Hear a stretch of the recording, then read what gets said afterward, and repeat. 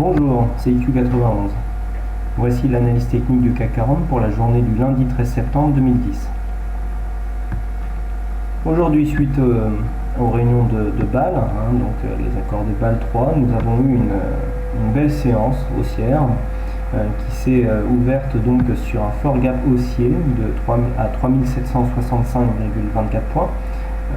Le plus haut de vendredi étant de 3731,86, ça nous fait 34 points à l'ouverture pour ce gap.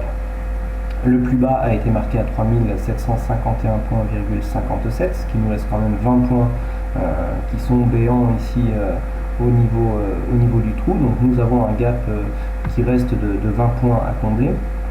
Le plus haut a été marqué à 3781,48 pour finalement revenir clôturer proche des cours d'ouverture mais en légère hausse par rapport à celle-ci à 3767,15 points, ce qui nous fait une variation de plus 1,11%. Nous gagnons 41 points sur le CAC. C'est donc une belle séance de hausse.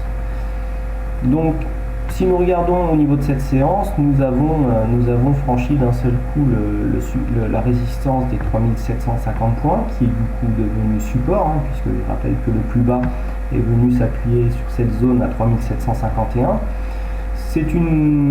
C'est un franchissement qui est très intéressant. Techniquement, c'est un beau signe de puissance, puisque le gap n'est pas comblé. De plus, nous avons ici des volumes supérieurs à la moyenne.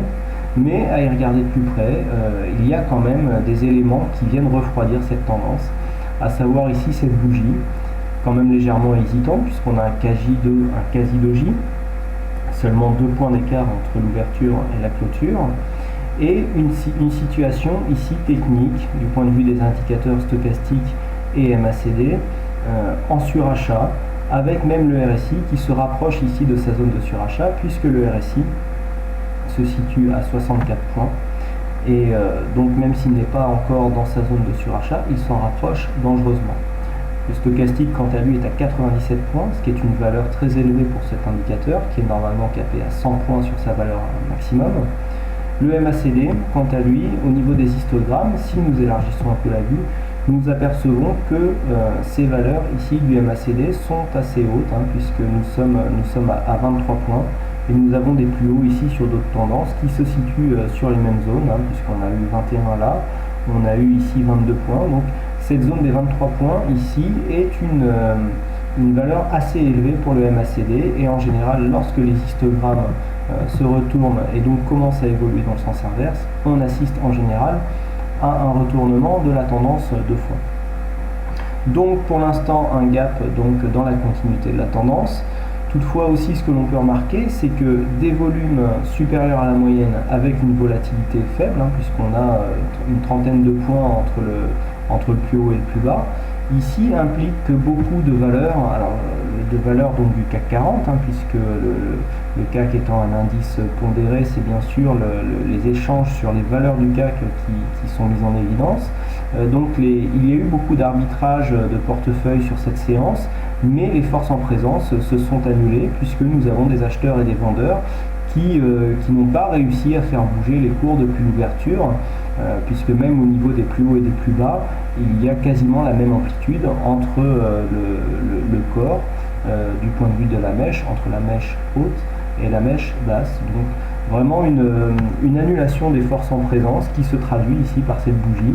Alors, qui dit beaucoup d'arbitrage au sein des portefeuilles, donc des volumes supérieurs en hausse, traduit en général un possible retournement de tendance. Donc par rapport à ce gap haussier que nous avons là, peut-être que ce retournement se traduira par, dans un premier temps, un comblement du gap.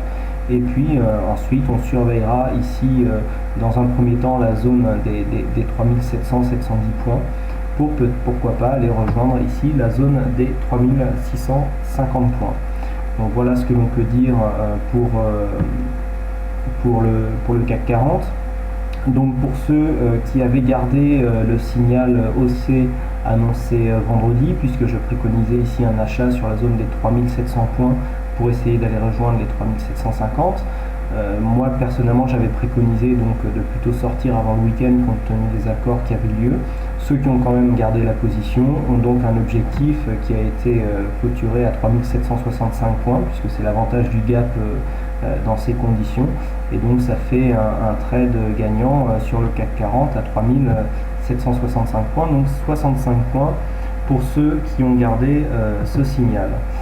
D'un point de vue Forex, ici nous avons eu une cassure de la résistance ici à 27,65, donc j'avais préconisé un achat ici sur la zone des 3027,70 en essayant de rallier un 28,20 qui correspondait à un objectif de 50 pips. L'objectif a été relié assez directement, ce qui nous fait encore une fois un trade gagnant donc sur l'euro-dollar, ce qui est toujours assez intéressant ici sur ce genre de signal. Voilà. Donc ces signaux sont, je vous le rappelle, disponibles sur l'analyse écrite de l'euro-dollar. L'heure de poste est en général entre 23h et minuit, donc après la fermeture des marchés américains dans une période de moindre volatilité. Pour le CAC, donc, nous surveillerons demain la zone ici des 3000. Alors, dans un premier temps, une rupture du support ici des 3750 entraînerait certainement un comblement du gap donc vers 3730 points.